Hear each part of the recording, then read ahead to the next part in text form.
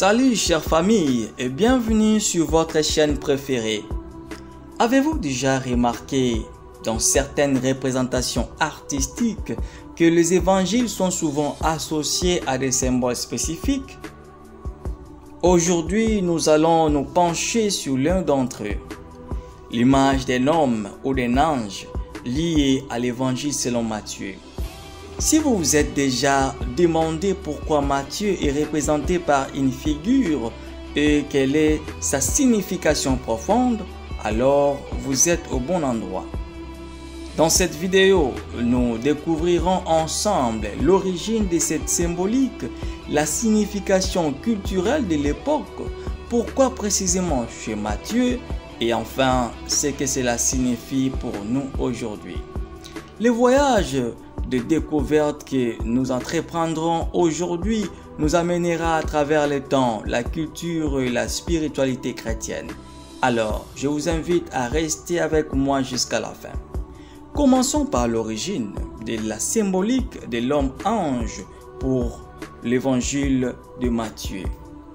Pour comprendre l'origine de cette symbolique, nous devons remonter dans le temps, au premier siècle de la chrétienté. L'association des évangélistes avec des créatures vivantes vient en grande partie du livre de l'Apocalypse, où Jean, dans une vision, voit autour du trône de Dieu 4 êtres vivants. Ces êtres sont décrits comme ayant des visages d'hommes, de lions, de taureaux et d'aigles. Bien que l'Apocalypse ne fasse pas directement le lien avec les évangiles, la tradition chrétienne, elle, l'a fait. C'est au cours du 1er siècle après Jésus-Christ que les pères de l'Église ont commencé à établir cette association. Ils ont vu dans ces 4 êtres vivants une représentation de différents aspects de la vie et des ministères de Jésus décrits dans les évangiles. L'image de l'homme ou de l'ange pour Matthieu est profondément ancrée dans le contenu de son évangile. Matthieu débute son récit par la généalogie de Jésus, mettant l'accent sur son humanité et sa lignée davidique. Cette approche, axée sur la descendance humaine de Jésus et ses racines juives, a probablement conduit à associer l'image d'un homme à l'évangile de Matthieu. D'autres pères de l'Église, comme Saint Jérôme, ont interprété cet homme comme étant un ange, compte tenu de l'aspect divin de la naissance du Christ.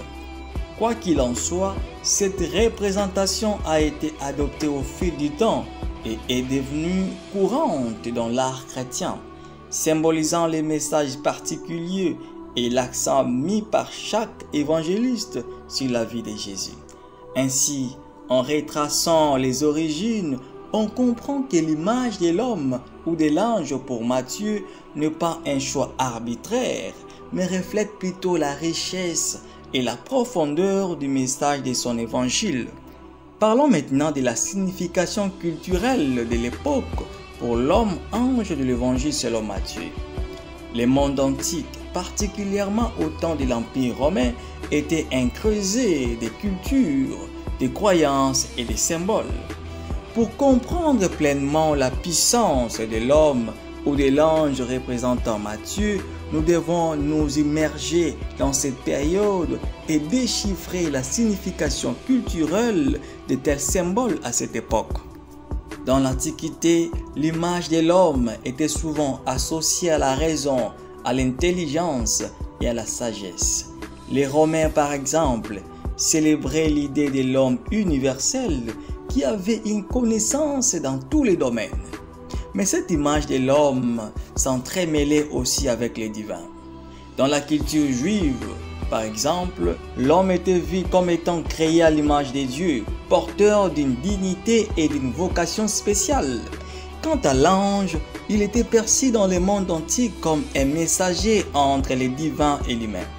Dans la culture juive, les anges étaient des envoyés des dieux, des êtres spirituels porteurs des messages divins. Alors, pourquoi associer Matthieu à l'homme ou à l'ange? Eh bien, son évangile a une approche très humaine de Jésus. Il le présente dans sa lignée humaine, insiste sur son héritage davidique et met l'accent sur sa mission parmi le peuple d'Israël. Matthieu rappelle constamment à ses lecteurs que Jésus est bien le Messie promis, le fils de David.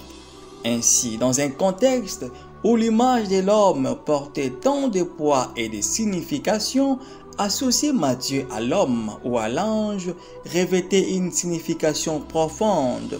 Cela mettait l'accent sur l'ancrage terrestre et divin du message de Matthieu, rendant son évangile particulièrement résonnant pour les croyants de l'époque. À travers cette symbolique, le premier chrétien était invité à voir Jésus à la fois comme un être divin, le Messie attendu, mais aussi comme un homme avec une histoire, une famille et une mission sur terre. Mais pourquoi précisément chez Matthieu cette représentation de l'homme-ange? Après avoir exploré la signification culturelle de l'époque, demandons-nous pourquoi, et c'est précisément Matthieu qui est associé à l'image de l'homme ou de l'ange. La réponse se trouve dans la structure et le contenu de son évangile. Matthieu commence son évangile par la généalogie de Jésus remontant à Abraham. Dès le départ, il établit un lien entre Jésus, le nouvel Adam, et l'histoire humaine. En faisant cela, il souligne l'humanité de Jésus, son appartenance à la lignée du peuple élu et sa place dans les plans divins. L'évangile selon Matthieu est aussi riche en enseignements. Il regroupe les discours de Jésus en 5 grands ensembles, rappelant les 5 livres de la Torah. Matthieu établit ainsi un parallèle entre Jésus, le nouvel enseignant, et Moïse, le législateur de l'Ancien Testament.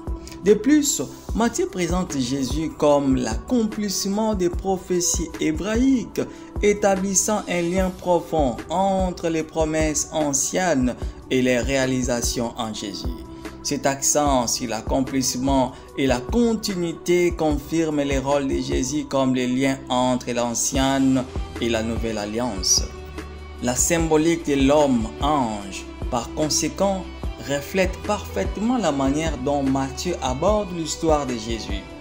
Il nous présente un Messie profondément enraciné dans l'histoire humaine, mais aussi un envoyé divin, un messager céleste qui accomplit la volonté de Dieu sur terre. À travers cette représentation symbolique, Matthieu nous invite à embrasser à la fois l'humanité et la divinité de Jésus, à voir en lui le pont entre le ciel et la terre, et à comprendre l'importance et la continuité entre l'Ancien et le Nouveau Testament. Mais qu'est-ce que cela signifie pour nous aujourd'hui?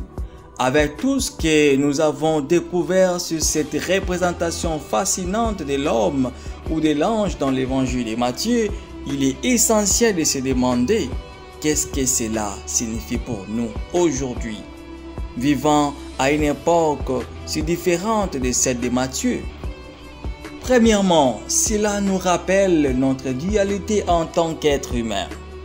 Tout comme Jésus était à la fois divin et humain, nous sommes appelés à vivre notre vie terrestre tout en inspirant à des choses célestes. La symbolique de l'homme dans l'évangile selon Matthieu nous rappelle que tout en étant enracinés dans ce monde, nous devons tendre vers une relation plus profonde avec le divin. Cette représentation nous pousse également à reconnaître la présence de Dieu dans nos vies quotidiennes. Tout comme Matthieu a dépeint Jésus comme étant profondément intégré dans une histoire humaine, nous sommes encouragés à voir Dieu à l'œuvre dans nos propres histoires, dans nos victoires comme dans nos épreuves. Enfin, l'homme ange dans l'évangile selon Matthieu nous incite à être des messagers, des témoins de la bonne nouvelle. Tout comme les anges sont les messagers de Dieu, nous aussi, nous sommes invités à partager la lumière et l'amour de Christ avec ceux qui nous entourent. En résumé, cette symbolique ancienne a une pertinence éternelle. Elle nous rappelle notre vocation à vivre en harmonie avec notre nature humaine et divine, à reconnaître la présence de Dieu dans nos vies et à être des porteurs de sa lumière dans le monde. Alors, la prochaine fois que vous lirez l'évangile selon Matthieu, souvenez-vous de cette représentation puissante et demandez-vous comment vous pouvez incarner cette dualité de l'homme et de l'ange dans votre vie de chaque jour. Amen.